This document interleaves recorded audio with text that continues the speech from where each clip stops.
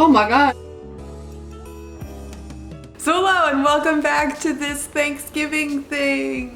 Yesterday, we made my personal favorite dish, green beans covered in weird mushroom stuff. But today, we are going to be making what I consider to be the most stressful dish of Thanksgiving. Macaroni and cheese, baby. And I realize as I've aged and you speak to people that macaroni is not necessarily a dish that everybody has as like a Thanksgiving tradition, but I would just pose the question, why? It's delicious. And for those of you that this is a normal tradition, you probably know that this is a very integral dish. This is a scary dish to offer, to make, and bring to a Thanksgiving because everyone will judge you, they will tear you apart, they will uninvite you if it sucks. So the recipe that I'm going to be giving you today, it is simple, clean, classic, creamy, cheesy deliciousness that I made this whole pan and Ira in one day ate 3 servings of. Literally all he did was he had coffee and then macaroni for the whole day. I don't know how he's alive. All right, children, so what you're going to need for this is obviously a pound of macaroni noodles. Now, personally, I like to use shells instead, but feel free to use whatever you want. I went for this fancy fall whatever this was from Trader Joe's, so you better like my dang video. Next, you're also going to need 12 ounces of Swiss and Gruyere cheese. If you can only find one or the other, no problem, but also Trader Joe's has a nice handy little blend. You'll also need 12 ounces of shredded sharp cheddar. Make sure it's sharp, or otherwise I'll come for you. A whole stick and a tablespoon, which is undocumented, of butter, along with 5 cups of milk, because we're really just gonna make those bones super strong, and 5 tablespoons of flour. For spices, you're just gonna want a half a teaspoon of black pepper, a teaspoon of salt, a half a teaspoon of garlic powder, and half a teaspoon of cayenne pepper. Finally, for our topping, you are going to want half a cup of parmesan, a half a tablespoon of Italian seasoning, and a half a cup of breadcrumbs. Personally, I like to use Panko, but once you have everything, you're gonna come over to your kitchen, which I'm now realizing was kind of dirty. Don't judge me. I live in this house. And you're gonna want to get a big pan. And I mean like a big pan because there's going to be a lot of dairy going into this. You're also going to want to get a really large pot of water boiling so that you can cook your macaroni noodles or whatever you're using according to the directions on the back. I recommend giving this water a really healthy, or unhealthy as I should probably say, amount of salt to make sure that your noodles do get some flavor absorbed into them. While that is boiling though, you're going to want to melt all of your butter in your giant saute pan. Once the butter is melted, before it starts getting brown, you are going to want to add all of your flour in here and whisk this together.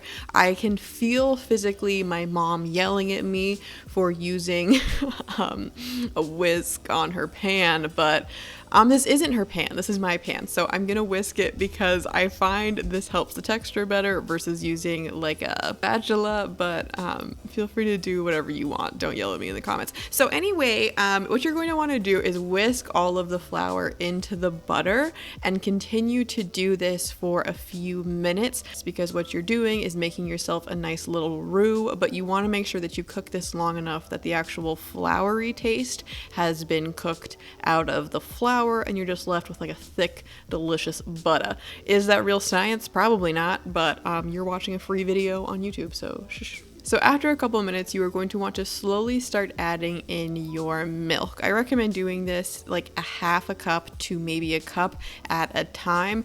Clearly, I am not measuring this, so is it consistent? No, but it comes out tasty, so it doesn't matter. Because the real thing that you want to worry about is as you add in a little bit at a time, is you are again continuously whisking this around so that nothing burns, you don't get any weird like bottom crusty bits as you continue to make this roux. So you'll know that you're ready to add more flour because all of the liquid will kind of get absorbed into everything and it'll get nice and thick, and you are just going to repeat this until you finally run out of milk. From here, you are going to want to turn your stove up to a high heat so that you can let this boil for just a second before once again turning down the heat to more of a simmer, just to help thicken up this sauce a little bit. So I like to come over every so often to again just give everything a stir to make make sure nothing again is burning or getting stuck to the bottom of your pan. Once this is done, you are just going to want to toss all of your spices into here, and I like to just mix this up just to make sure everything got evenly dispersed, or I don't know, these are the things that I tell myself anyway. And then you are going to start slowly adding in your cheese. So I like to do half of each cheese. So you're putting in like 6 ounces of the Gruyere / Swiss mixture, if that makes sense, mixing this in so that everything melts, and then adding in the other half before you then do the same thing with all the sharp cheddar, again broken into 2 chunks. I mean, if you have a giant pan, feel free to just dump it all in there, but I find giving things time to melt just does better in life. Once you are done making your sauce, your water that has taken an extremely long time to boil should finally be ready, so you can start boiling your noodles. But however you get to boiled noodles, that is your own journey. But either way, what we're going to do next is make your kind of like crunchy topping for your macaroni. So for this, it's really simple. You are just going to dump your breadcrumbs into a bowl along with the cheese and the Italian seasoning. Yes, I'm a classy broad who just uses Italian seasoning. But you're just going to mix all of this together in a bowl. As you can see, I overestimated, because a lot of the time I don't really measure, so making recipes is hard. But once that is done, you are then just going to pour all of your noodles into the sauce, give this a nice little stir. And if this is a pan that you can put in the oven, great. You don't need to worry about transferring this around. But if you're going for presentation or you do not have a pan you can put in the oven, I would just get out a nice 9x13 baking dish, give this a good layer of butter. That's where the undocumented 1 tablespoon of butter comes in, hey, and then dump all of your macaroni into here.